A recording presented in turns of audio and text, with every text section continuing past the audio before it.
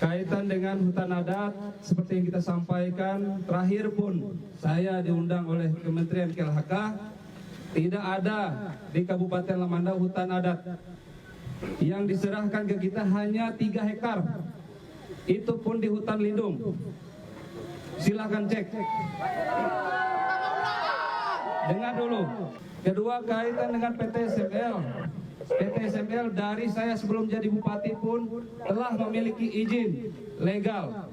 Kalau berbicara izin dan legal artinya harus juga dihadapi secara aturan dan ketentuan. Silahkan masyarakat Kinipan kiranya memiliki hak yang dilanggar atas tanah yang dikuasai, silahkan dibawa ke jalur hukum. Tidak ada satu surat pun yang diminta kepada bupati dari kementerian atau mencabut kegiatan tersebut, tidak ada. Orang yang diundang untuk investasi, diundang untuk menanam modal di situ, tidak bisa kujuk-kujuk dengan tuntutan bapak-bapak kemudian saya suruh berhenti, saya suruh mereka tidak berkegiatan. Tidak ada dasar, malah saya yang dituntut.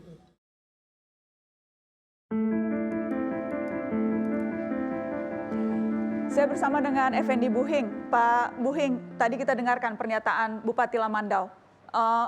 Tidak ada hutan adat katanya di Lamandau. Berarti yang Anda perjuangkan dan kawan-kawan itu apa kalau tidak ada hutan adat? Pertama, statement Bupati Lamandau ini kemarin dia hanya mau mendengar kata dia. Kata masyarakat dia tidak mau dengar, dia langsung pergi. Pertama saya pertanyakan, apa benar ini orang Dayak, Bupati ini? Apa benar dia asli Dayak? Karena orang Dayak di sana, khususnya Kinipan, sebelum Indonesia ini merdeka, sudah ada namanya Kinipan. Sudah ada namanya masyarakat adat. Dengan adanya masyarakat adat, dia punya wilayah. Karena dengan desa tetangga dia berbatasan, dengan desa lain berbatasan, dia punya wilayah. Hanya legal formal yang mungkin yang dimaksud oleh Bupati. Tetapi Bupati sebagai orang Dayak juga, kalau memang betul dia orang Dayak, dia harus mengakui bahwa memang ada hutan adat di sana. Kita bukan ujuk-ujuk di sana, kita bukan apa, kita memang sejak Indonesia ada, sebelum Indonesia ada. Bukan saja Indonesia, sebelum Indonesia ada kita sudah ada di sana. Dari leluhur kita sudah ada di sana.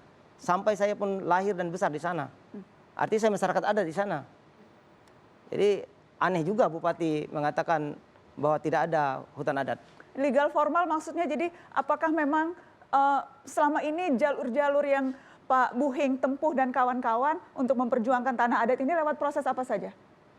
Ya, sudah banyak proses yang kita lalui. Dari pemetaan, dari kita ke DPRD.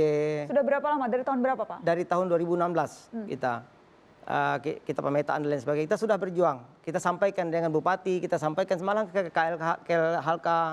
Kita meminta pengesahan hutan adat kita. Tapi sampai hari ini tidak ada jawaban. Jadi kita secara kepemerintahan ya sudah kita pengakuan dari pemerintah. Jadi sampai sudah ke KSP pun sudah ke kantor staf kepresidenan? Betul, pernah. Sudah. Tapi sampai sekarang juga tidak ada hasil? Belum ada, kalau KSP sudah memberikan jawaban tertulis, tapi karena ini kan sifatnya pemerintah daerah yang menangani, pemerintah daerah yang tidak melaksanakan. Jadi persisnya yang terjadi adalah Pak Buhing dan teman-teman masyarakat adat, ada lahan yang dikuasai oleh PT SML yang merupakan hak adat dari Pak Kinipan. Iya gitu? betul, iya betul. Secara singkatnya itu? Iya. Oke, kami juga berusaha untuk meminta tanggapan dari PT SML soal konflik yang terjadi. Spesifik soal klaim hutan adat tidak mau ditanggapi karena katanya itu adalah urusan pemerintah daerah. Tapi soal apa yang terjadi pada Pak Buhing ada tanggapannya. Kita dengarkan berikut ini.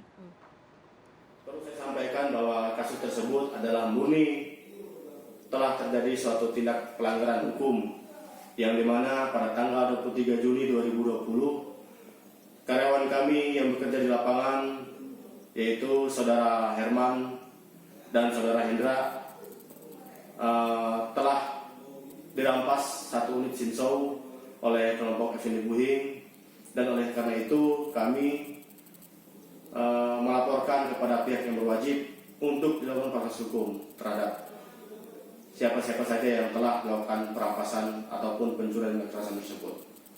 Adapun persoalan hukumnya kami serahkan kepada pihak Polda Kalteng bagaimana tindak lanjutnya, dan saya berharap rekan-rekan, sahabat saya, dan publik media untuk memahami persoalan ini. Ada tanggapan Pak Buhing? Ya, ini Humas PT SML, dia ini saya berani katakan dia mengada-ada.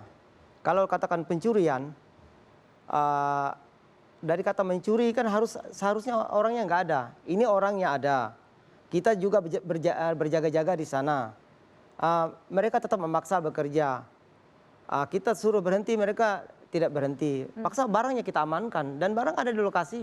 Tidak dibawa pulang, tidak untuk dimiliki. Jadi menurut Pak Buhing, tudingan itu mengada-ngada? Mengada-ada.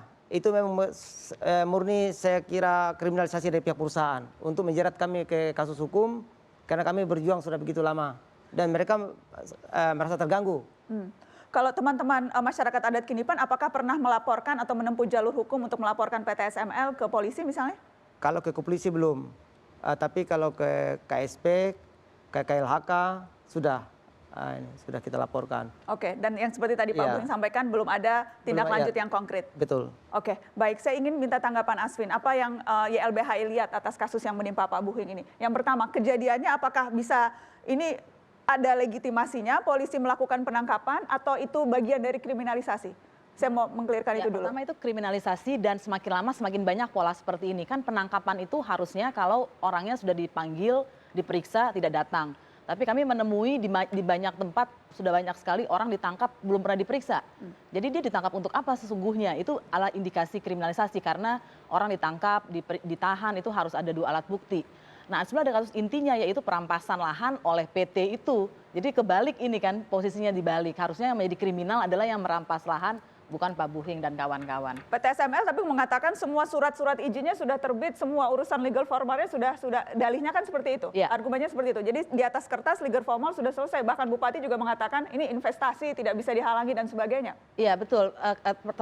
Pertanyaannya kan begini memang masyarakat adat punya hak ulayat. Sebetulnya ada putusan MK nomor 35 yang memberikan hak buat masyarakat adat dengan hutan adat.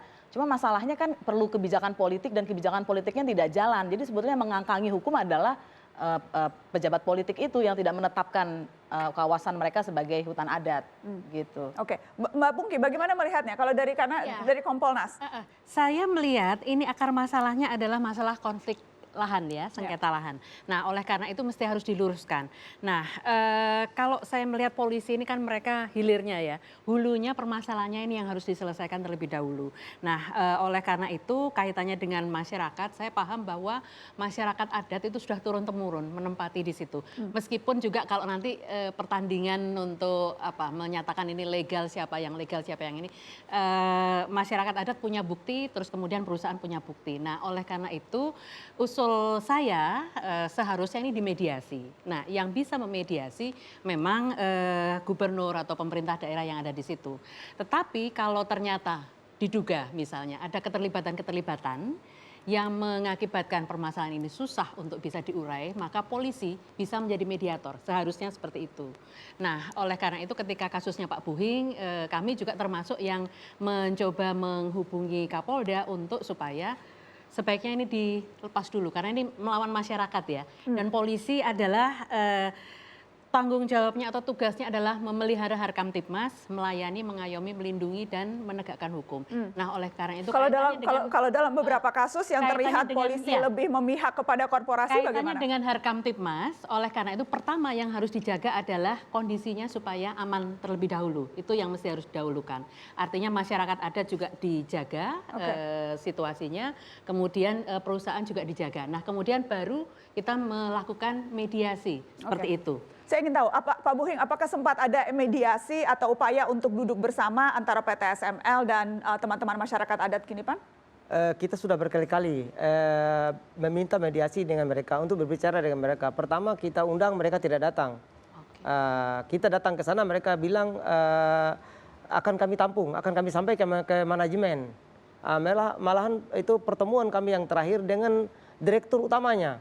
Herudin Tahir itu di Makodim difasilitasi oleh pihak kepolisian dan Kodim. Dia bilang juga akan ditampung, akan disampaikan. Artinya Apa persisnya tuntutan dari masyarakat adat Kinipan? Hentikan sampai di situ. Kami minta hentikan sampai di situ. Sudah itu. Jadi untuk wilayah tanah di mana milik masyarakat adat Kinipan tidak boleh sama sekali ada aktivitas atau kegiatan. Iya, itu yang tuntutannya itu. Iya. Dan yang tuntutan kedua, karena ulinnya, bengkiranya, tanahnya itu kan sudah tergarap oleh mereka yang sudah ribuan hektar itu. Ini ada tuntutan adat di situ. Ini yang mereka goreng kelihatannya. Seakan-akan orang Kinipan atau masyarakat adat Kinipan maunya uang. Bukan itu persoalannya. Karena memang sempat tersebut bahwa tuntutannya ganti rugi sampai 10 miliar. Betul, itu pun kurang sebenarnya. Tapi karena tuntutan adat, kita tidak menghitung angka. Kita menghitung adat atau pasal adat yang mereka langgar. Ini itu pun bukan saya ya, ini tokoh-tokoh adat. Dan atas dua tuntutan itu tanggapannya? Mereka tidak mau. Kami punya izin, katanya kami punya izin. Nah inilah yang kita persoalkan. Izinnya dari mana? Kita tidak pernah diberitahu. Dari izin lokasi sampai katanya HGU dan lain sebagainya, kita tidak pernah tahu. Kita tidak pernah dilibatkan. Datang perusahaan menggusur lokasi kami. Oke, surat-surat izin yang kemudian keluar, yang akhirnya menjadi dasar untuk perusahaan melakukan aktivitas, yang kemudian dijadikan alasan untuk menggusur penghasilan atau aktivitas yang dilakukan oleh warga. Bagaimana seharusnya ini disikapi, Aswin? Saya mau jawab dengan data KPK bahwa sebagian besar kasus korupsi yang melibatkan kepala daerah adalah terkait perizinan. Gitu. Jadi justru yang harus dilihat siapa sih pemilik perusahaan ini, dia punya hubungan siapa dengan orang-orang kuat di daerah tersebut gitu, dan apakah proses penerbitan izinnya sudah proper dalam arti tidak melibatkan suap atau juga sudah dengan masyarakat adat, karena hak ulayat masyarakat adat itu diakui oleh konstitusi. Masalahnya kan di Indonesia begitu, konstitusi itu karena saking tingginya itu nggak dilaksanakan lagi, dianggap kalah dengan peraturan yang lebih rendah seperti peraturan gubernur, izin gubernur dan lain-lain. Dan kemudian tumpuannya kemana? Sudah ke KSP, sudah ke istana, sudah kemana-mana. Jadi apa yang bisa kemudian konkret dilakukan sekarang ini? Ini kemudian menjadi viral karena videonya banyak ditonton sehingga menjadi perhatian publik. Tapi kalau tidak, mungkin saja perjuangan ini tidak akan pernah didengar oleh Jakarta sekalipun. Betul. Jadi perjuangan masyarakat adat yang terjadi di Kinipan ini kan sebetulnya sangat klasik, menimpa banyak tempat. Jadi yang dialami Pak Buhing dan catatan di LBHI ada 94 orang masyarakat adat itu yang kami tangani. Jadi aslinya lebih banyak dari itu yang juga dikriminalisasi seperti Pak Buhing. Dan akar persoalannya persis seperti itu, bahwa tanah ulayat mereka, tanah adat mereka dirampas oleh perusahaan. Mereka tidak tahu kapan tiba-tiba beralih haknya. Sebagian besar melibatkan suap. Ya ini harus menurut saya ya Presiden, DPR semua harus turun tangan. Oke. Apalagi yang akan dilakukan ke depan, Pak Buhing?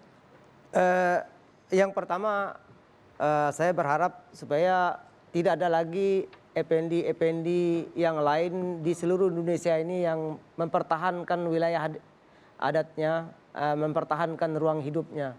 Jadi itu yang pertama saya harapkan. Jadi Kinipan ini sebagai akhir lah begitu. Yang kedua, saya kira pemerintah pusat segeralah mengesahkan undang-undang tentang masyarakat adat itu. Saya kira itu mulanya yang sehingganya agak sulit. Dan yang terakhir, saya berharap ada pengakuan dari pemerintah khususnya untuk wilayah adat Kinipan segera mungkin lah. Dan untuk kasus Kinipan saya mohon dengan Polda Kalteng SP3 lah. Ini mengada-ngada lah. Saya berani katakan ini mengada-ngada. Jadi supaya tidak terambah runyam masalah ini, saya kira di SP3 aja lah kasus ini. Termasuk teman-teman saya itu. Baik. Itu aja yang mungkin saya harapkan. Ada yang ingin disampaikan penutup? Ya, saya ingin saya sampaikan yang pertama, saya tadi lupa salam adat Dayak. Boleh saya dengar salam adat Dayak? Oh boleh, ya. Adil Katelino, berceramin ke surga, bersengat ke jubata. Harus. Ya, terima kasih. Boleh saya tahu artinya? Adil Katelino, artinya kita harus adil kepada semua orang. Bersengat ke jubata artinya kita tunduk kepada Tuhan. Bercermin ke surga, surga adalah tempat kita, artinya kita cerminan lah hidup kita di surga. Jadi adil pada semua, tunduk pada Tuhan. Ya. Dan surga menjadi cerminan semua. Ya, itu ya kira-kira. Indah sekali. Ya. Terima kasih banyak Pak Buhing sudah hadir ke Mata Najwa jauh-jauh dari Kinipan. Iya, terima kasih. Ada satu yang ingin saya sampaikan, bisa minta waktu sedikit? Boleh. Ya, saya sampaikan ucapan terima kasih khususnya kepada semua kawan-kawan yang membantu Kinipan dan juga tidak lelah kita perjuangkan masyarakat adat di seluruh Indonesia. Khususnya untuk Kinipan saya ucapkan terima kasih. Dan juga yang paling saya hormati Panglima Jilah. Terima kasih. Ya. Terima kasih. Salam untuk teman-teman di sana. Iya, terima kasih. Mata Najwa masih akan kembali. Teman-teman masih ingat apa yang terjadi pada nelayan Manre di Makassar yang dituduh melecehkan martabat karena merobek uang, merobek amplop yang di dalamnya uang yang diduga berisi suap. Kita akan bahas kasus itu setelah pariwara. Tetap di Mata Najwa.